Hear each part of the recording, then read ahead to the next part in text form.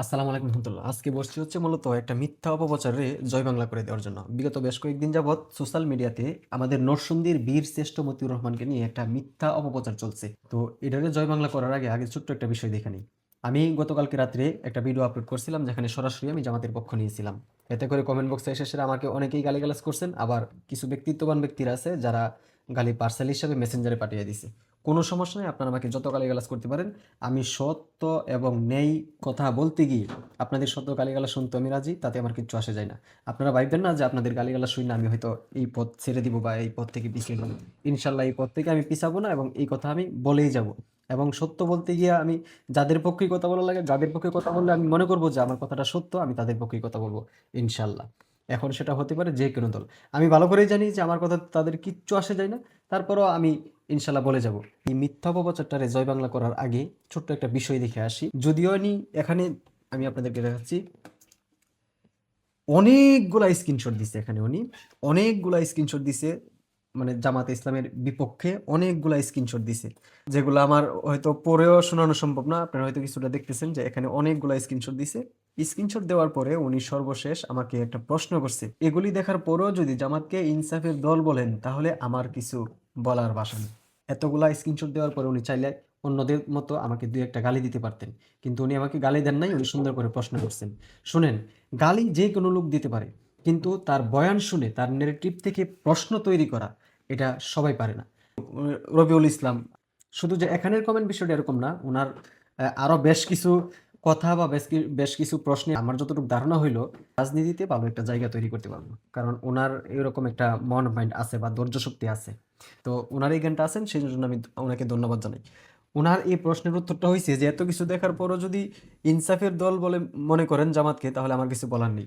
দেখেন, আপনি যে স্ক্রিনশটগুলো দিচ্ছেন, আমি প্রত্যেকটা স্ক্রিনশটেরই টাইম দেখছি। প্রত্যেকটা স্ক্রিনশটই দেখা গেছে কি যেই সোশ্যাল মিডিয়া থেকে করা হয়েছে, এই সোশ্যাল মিডিয়া থেকে 15 মিনিট, 20 মিনিট বা 30 মিনিট এরকম পর আপনি স্ক্রিনশটগুলো দিচ্ছেন আর কি।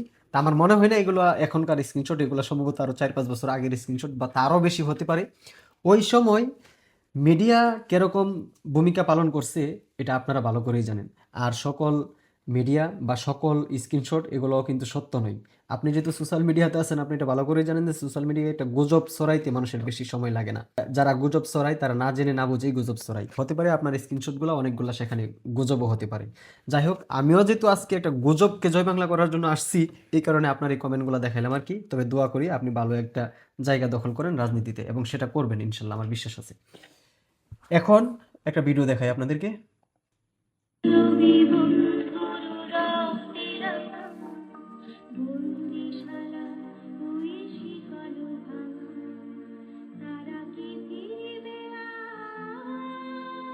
আচ্ছা, কত সুন্দর একটা মিউজিক দিয়া তারপরে ভিডিওটা কইরা সেখানে লেখা দিছে বীর শ্রেষ্ঠ মতিউর রহমানের স্মৃতিস্তম্ভ সড়ক সম্প্রচারণের নামে ভেঙে ফেলা হচ্ছে। মুক্তিযোদ্ধাদের সব স্মৃতি ও চেতনা পরিকল্পনা সব মুছে ফেলা হচ্ছে। আর রাজাকারের উত্তরসূরিরা দেশের হায়না রূপে শাসকের ভূমিকায়। কত সুন্দর ভাষা লিখছে। যে কোনো লোক এই ভাষা পড়ে এবং এই ভিডিও দেখে তার ভিতরে আঘাত লাগবে বা লাগতেই পারে।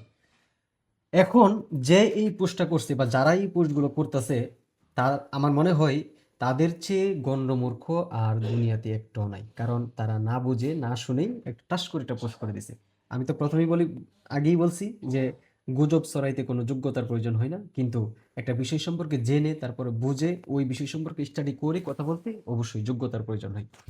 এই বীরশ্রেষ্ঠ মতিউর রহমানের স্মৃতিস্তম্ভ আমাদের নরসিংদী থেকে ভেঙে ফেলা হবে, এরকম সাহস আজ পর্যন্ত কারো হয়নি। তাহলে এটা কেন ভাঙতেছে? এটা ভাঙ্গার মূল কারণ আমি আপনাদের সামনে ব্যাখ্যা করতেছি। দেখেন কি বলে। ঢাকা সিলেট মহাসড়ক 4 লেন থেকে 6 লেনের উন্নয়ন কাজ চলিতেছে। তাহলে এই উন্নয়ন কাজ করতে গিয়ে এটা যদি ভেঙে ফেলা হয়, তাহলে এটা কি পরবর্তীতে স্থাপন করা হবে? এখানে প্রশাসন কি বলছে দেখেন। স্থানীয় প্রশাসনের তথ্য অনুযায়ী এটি ভেঙে ফেলা হলেও যথাযথ নকশায় এবং আরো উন্নত পরিসরে সড়কের পাশেই পুনরায় স্থাপন করা হবে। এখন ঢাকা সিলেট মহাসড়ক, এটা বাংলাদেশের এত নামকরা একটা সড়ক, সেখানে 4 লেন থেকে 6 লেন করতে গিয়ে যদি এটা রাস্তার মাঝখানে পড়ে, তাহলে তো এটা ভাঙতেই হবে। এবং ভাঙ্গার পরে যদি সেটা তৈরি করে না দেয়, বর্তমান যে ক্যাটাগরিতে আছে এর চেয়ে উন্নত আদলে যদি তৈরি করে না দেয়, তাহলে আমাদের উচিত ছিল যে ভিডিওটা রাইখা তারপরে পরবর্তীতে সারা যে এই ঢাকা সিলেট মহাসড়ক করার পরে বীরশ্রেষ্ঠ মতিউর রহমানের স্তম্ভটা আবার পুনরায় নির্মাণ করা হয়নি। যেহেতু প্রশাসন বলছে বা স্থানীয় সরকার যেহেতু বলছে যেটা আবার পুনরায় নির্মাণ করে দেওয়া হবে, তার মানে এটা বাংলার পিছনে একমাত্র দেশের উন্নয়ন কাজ করতে গিয়ে 4 লাইন থেকে 6 লাইন করতে গিয়ে এটা বাঙ্গা হচ্ছে।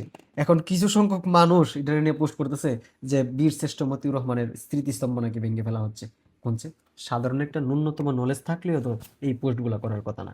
মানে সাধারণ নলেজ যাদের ভিতরে আছে তারাও তো এটা কেন ভেঙে ফেলা হচ্ছে, একজন বীর শ্রেষ্ঠ তার স্মৃতিস্তম্ভ ভেঙে ফেলা হবে বাংলাদেশে, এটা কি কেউ মানবে? এটা কেউ মানবে না, আপনি আমি কেউ মানবো না।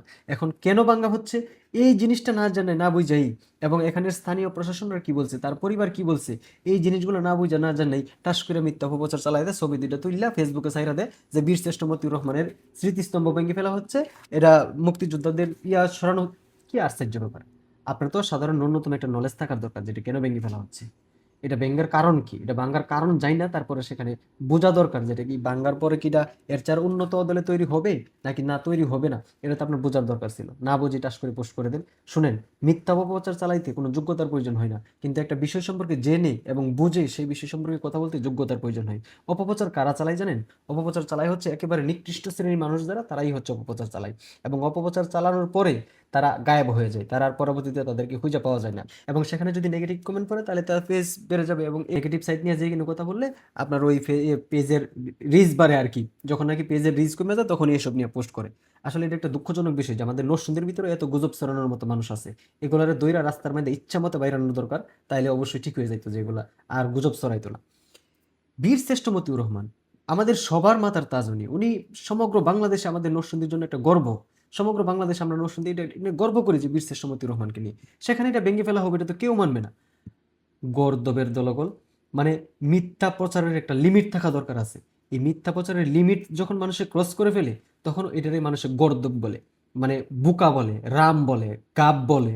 এই সমস্ত গ্রামের ভাষায় আমাদেরকে নরসিংদীর ভাষায় আর কি বলে আর কি। তো তোরাও এই সব কয়েকটা ভাষার আওতাধীন পড়স। কয়েকজন ব্যক্তিত্ববান ব্যক্তি পর্যন্ত দেখলাম এটা নিয়ে মিথ্যা অপপ্রচার চালাইছে। আশ্চর্য! মানে একটা মানুষের কি এতটুকু নলেজ নাই যে কোন কাজটা কি জন্য করা হয়? এই মিথ্যা অপপ্রচার যারা চালাইছে তাদেরকে বিচারের আওতায় আনা হোক, এবং সঠিকটা জানায় দেওয়া হোক, ইচ্ছা মতো ডান্ডা দিয়ে তারপরে সঠিকটা জানায় দেওয়া হোক। আজকের পর থেকে আশা করি এই মিথ্যা অপপ্রচারটা আর কেউ চালাইবেন না।